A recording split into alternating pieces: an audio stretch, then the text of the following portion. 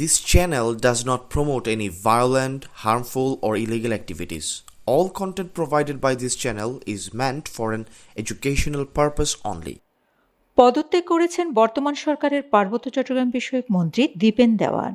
মাত্র ৩ মাস বয়সী বর্তমান সরকারের উপর এটি এক বিশাল রাজনৈতিক ধাক্কা। আজ সোমবার সকালে তিনি সরাসরি প্রধানমন্ত্রী তারেক রহমানের কাছে তার পদত্যাগপত্র জমা দিয়েছেন। প্রধানমন্ত্রীর অতিরিক্ত প্রেস সচিব আতিকুর রহমান রুমন ইতিমধ্যেই এই খবরটি নিশ্চিত করেছেন।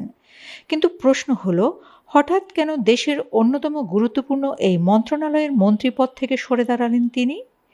দীপেন দেওয়ানের মতো একজন নেতার এভাবে সরে যাওয়া কি কেবলই ব্যক্তিগত সিদ্ধান্ত, নাকি এর পেছনে কাজ করছে অন্য কোনো মহলের সূক্ষ্ম চাল?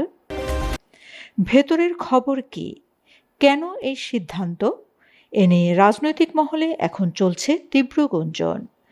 দীপেন দেওয়ানের এই আকস্মিক বিদায়কে সাধারণ কোনো ঘটনা হিসেবে দেখছেন না বিশ্লেষকরা। বিশ্লেষকদের মতে এই পদত্যাগের পেছনে থাকতে পারে গভীর কোনো সমীকরণ অথবা আভ্যন্তরীণ কোন্দল। পার্বত্য অঞ্চলের রাজনীতি সবসময়ই স্পর্শকাতর।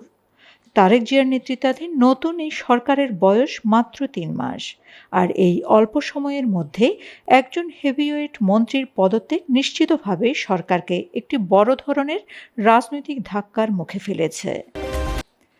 দর্শক, দীপেন দেওয়ানের এই পদত্যাগকে বুঝতে হলে আমাদের চোখ রাখতে হবে পার্বত্য চট্টগ্রামের বর্তমান উত্তাল পরিস্থিতি এবং সেখানকার জটিল আঞ্চলিক রাজনীতির ওপর।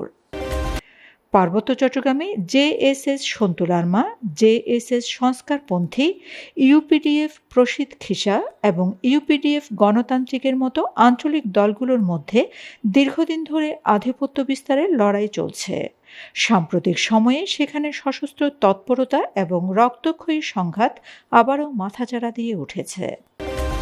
পাহাড়ের নতুন আতঙ্ক হিসেবে আবির্ভূত হয়েছে কুকিচিন ন্যাশনাল ফ্রন্ট বা কেএনএফ। তাদের ব্যাংক ডাকাতি, অপহরণ এবং নিরাপত্তা বাহিনীর ওপর অতর্কিত হামলার কারণে পুরো পার্বত্য অঞ্চল এখন চরম অশান্ত। ১৯৯৭ সালের পার্বত্য শান্তি চুক্তির পূর্ণাঙ্গ বাস্তবায়ন নিয়ে পাহাড়ের আদিবাসীদের মধ্যে এক ধরনের ক্ষোভ রয়েছে। অন্যদিকে পাহাড়ে বসবাসকারী বাঙালি জনগোষ্ঠীও তাদের অধিকার নিয়ে সোচ্চার। রাজনৈতিক বিশ্লেষকরা বলছেন, এই ত্রিমুখী সংকটের মাঝে দীপেন দেওয়ান পার্বত্য মন্ত্রণালয়ের দায়িত্ব নিয়েছিলেন, কিন্তু মাত্র ৩ মাসে তার এই বিদায় ইঙ্গিত করে যে পাহাড়ের ভেতরের পরিস্থিতি নিয়ন্ত্রণ করা হয়তো তার জন্য কঠিন হয়ে পড়েছে, অথবা আঞ্চলিক কোনো প্রভাবশালী গোষ্ঠীর চাপ কিংবা সরকারের আভ্যন্তরীণ কোনো কৌশলের বলি হতে হয়েছে তাকে। দীপেন দেওয়ানের পদত্যাগ কি পাহাড়ের নতুন কোনো বড় ধরনের রাজনৈতিক অস্থিরতার পূর্বাভাস? নতুন সরকারের এই প্রথম বড় সংকটের জল কতদূর গড়ায় সেটিই এখন দেখার বিষয়। দীপেন দেওয়ানের এই পদত্যাগ কি বর্তমান সরকারের জন্য বড় কোনো বিপদের সংকেত? আপনার কি মনে হয়? এর পেছনে কি আসলেই কোনো অদৃশ্য কূটচাল আছে? কমেন্টে আমাদের জানান। চ্যানেলটি লাইক ও সাবস্ক্রাইব করে রাজনৈতিক বিশ্লেষণমূলক প্রতিবেদন পেতে আমাদের অনুসন্ধানী নিউজ টিমের সঙ্গেই থাকুন। Shamima Chowdhury Shammi, BNA news 24। আমার সোনার বাংলা, আমি তোমার